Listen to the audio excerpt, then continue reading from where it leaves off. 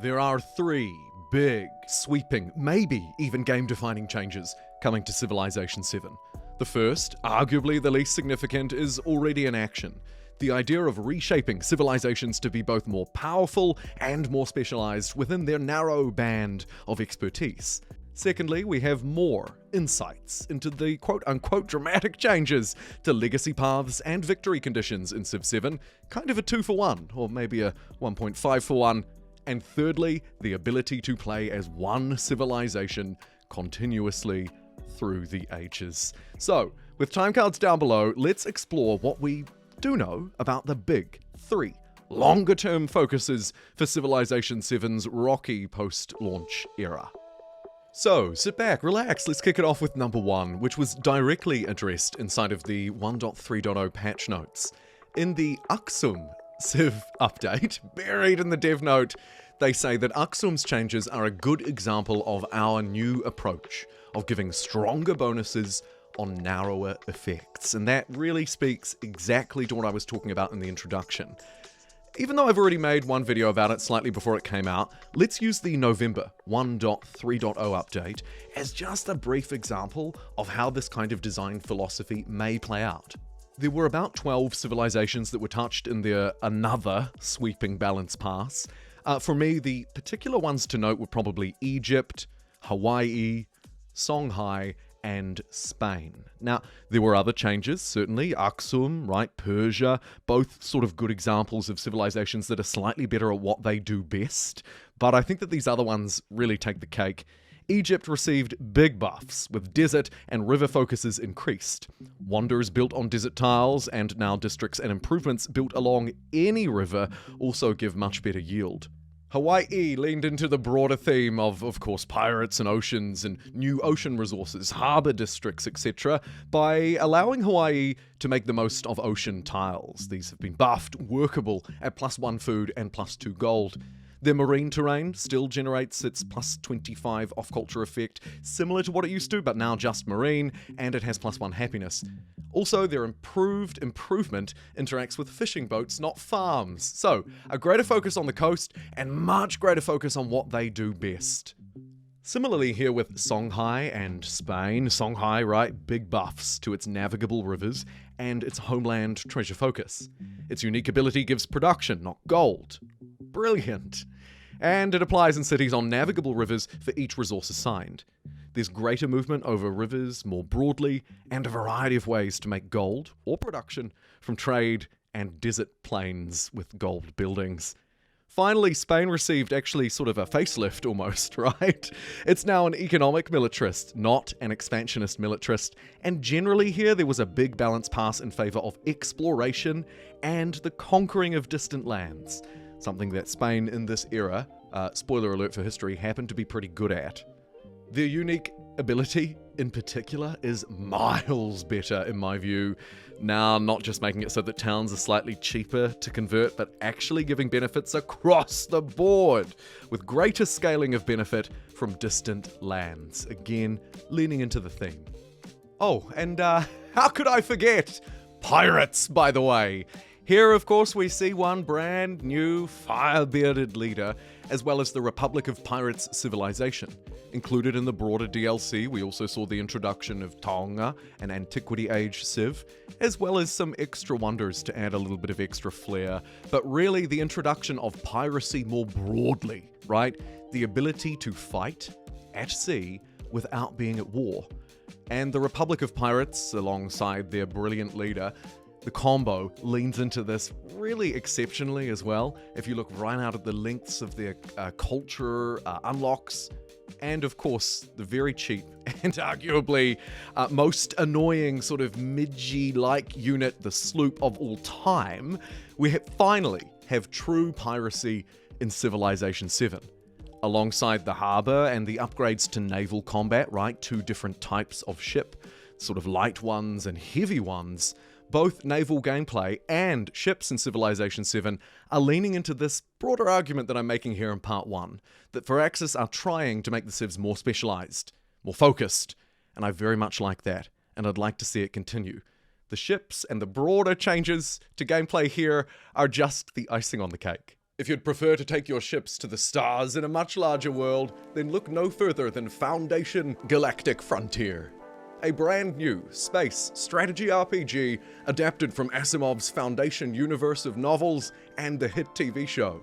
Here you play the role of a captain and space trader in an expansive universe of galaxies where resources, crew management, exploration, and combat all feature heavily. Your customizable flagship is your mobile base of operations, a free-roaming headquarters that's the home of your crew, your fleets, and the place where you'll build rooms, cabins, and facilities, or conduct research before heading out again to explore the expanded Foundation universe. Combat involves glorious fleet-on-fleet fights in PvP or PvE settings, and you can command your squad on the ground of the varied worlds in third-person battles too. Foundation Galactic Frontier has just officially launched on PC and mobile for free. Jump into the global launch and use my code JUMBO, capital J-U-M-B-O, for some extra resources to help you have the best possible start. Scan the QR code on screen or use the handy link in the description or comments to get started right away and get a free hero and battleship for beginners. Thank you to Foundation Galactic Frontier for sponsoring this section of the video. Now, let's head back down to the seas of Civilization 7. Here we're going to talk about the other two. Less is known about these, they are not in action. The first one is about the victory conditions and legacy paths, but just before that, I want to show you the Firaxis feature workshop. At the time of recording, there's only about a day or so left to sign up for this closed invite focus group to playtest future changes to Civ 7, so if you'd like to do that, you need to chase it down now, otherwise you'll have to wait until, I assume, the next round of applications. More importantly though, I want to focus on this thing from their website that I haven't seen until just recently. What's being workshopped for Civ 7? I bring this up in particular because I think it speaks to a broader tension that I've observed within the much wider Civ community, right? Not just the YouTube comments, but more broadly here. Places like Twitter and Reddit, you get the idea. There is a tension, I believe, between the direction of Civ 7 and the community. Some believe that it should lean into what it's already doing and its differences. Make it more unique, make it more focused, and improve the changes that you tried to make for Firaxis, right? On the other hand, there are a group of people who say, I just want the classic format of Civ. I don't mind, maybe, the changes around the edges that you've done here with things like buildings and blah blah blah, but I just want to play one Civ through the ages. Okay? Two different camps. Essentially, lean into what you've already done and make it better, or give me the traditional Civ experience. Just in a nutshell, that's how I read it. Granted, I'm making some sweeping assumptions here, but that's generally how it rolls. After making assumptions, I'm now going to do a little bit of reading between the lines and say that this, what's being workshopped for Civilization 7, indeed, actually speaks to that. First up, they say, hey, you know, we're not going to have as many patches through the holidays, but we're testing the changes I've talked about. The key parts I've highlighted. They say, Civ switching is an important part of the game, and it is not going anywhere. While we also recognize that many players want to play as the same Civ through an entire campaign. We're currently working on ways to achieve this that also ensure playing as the same Civ in all ages is viable, fun, and interesting. They go on to talk about the unique identity of Civilization 7 and that they want to contain that, retain that, in fact, while also trying to evolve some systems and strengthen our experience. Now, on the one hand, this is kind of a glossy, you know, we're going to try and appease everybody. On the other hand, it kind of confuses me why this disruption, this sort of fracture in the community has even occurred. And I can't help but, sorry for the niche reference, cast my mind back to an advert that used to play on New Zealand television, goodness knows how long ago, probably 10 or 15 years. In essence, the message is, why not both?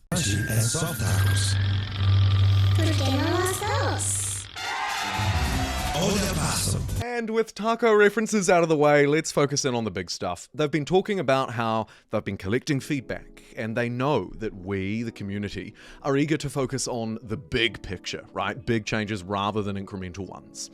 They talk about these changes being dramatic. Firstly, with the legacy paths and victories. Again, kind of a 2-for-1. The only real inkling we have here is that they say that they want to open up the game, provide many new paths your empire can follow while achieving greatness and competing. Very interesting. I have a lot of thoughts about this, but unfortunately, we don't have a lot of real detail. For the record, it's something I absolutely support. I, again, don't see any of the stuff they're talking about as a bad thing, certainly as an optional thing. I have a couple of ideas, right? We can kind of gleam in, and if you'll forgive me, I'll just muse for a moment. They could change the scale of each objective. Make it either easier or harder. These legacy path objectives, from building wonders to making money through industrialized trade, right? You'll be familiar with them, of course. They are age-specific, and they ultimately build up to a victory condition, which tends to be fairly plain. Build a thing once you've done the legacy paths, right? So they could change the scale of each objective. They could also change the number of objectives. So instead of it being build wonders to meet the cultural one, maybe my cultural output is considered. A wild idea, I know. But maybe we could introduce more objectives that actually cater to what you're doing, rather than these kind of side cart things, right?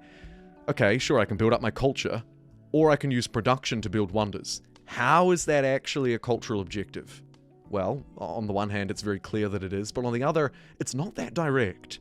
I think there's an opportunity to open up more objectives within each category, say cultural or scientific, and let players achieve that overall goal in many ways. Finally, of course, my third muse is that we could look to expand the number of categories, the number of different objectives. Of note, I suppose, in the past we've seen a diplomatic victory, which has largely been an economic one, but this time around we have influence, and a whole load of civs who are built around that very mechanic that is not very well represented. Maybe that's one area you could look at, as well as perhaps production and productive goals more broadly. The victory conditions also, in my view, shouldn't be combined, actually. They're actually kind of different. So, part of me's tempted to say there are 4 big changes coming, but I won't quite clickbait you that terribly. I think that the victory conditions could use a little bit of pizzazz, but largely it is the legacy paths that build up to them, and if they want to keep that model, they probably can. Anywho, enough of the gas bagging. Let's skip to the last part of the video, and this one maybe is the part you're most excited about. I don't know. One civ continuously through the ages, right? Fixed civilizations. A traditional way to play, if you will. Firaxis say second, and this one's been one of the most requested features from players. We're internally playtesting ways to play as one civ continuously through the ages, allowing you to choose a civilization from any age and guide them through your journey through history. Throughout, indeed. Right, the point here is that we'll be able to play as one civ throughout, and we'll be able to pick it from any age. Of course, you might be scratching your head, but how does that work if they've been specialized in the ages? How does a modern age civ compete when you have antiquity age civs? I could muse on this a little bit. One way you could do it, of course, is by adding more, or changing the period within which a unique building or a unique unit is both the optimum and efficient way of doing things, right? Expand out the time period that a civ is relevant. Another way you could do it is by sort of combining them, making these combos. I really love that idea, but I really don't see that happening. Finally, because I like to clearly add 3 musings to each point here, I'm sorry. Maybe the most obvious one to me, I think you just add them in.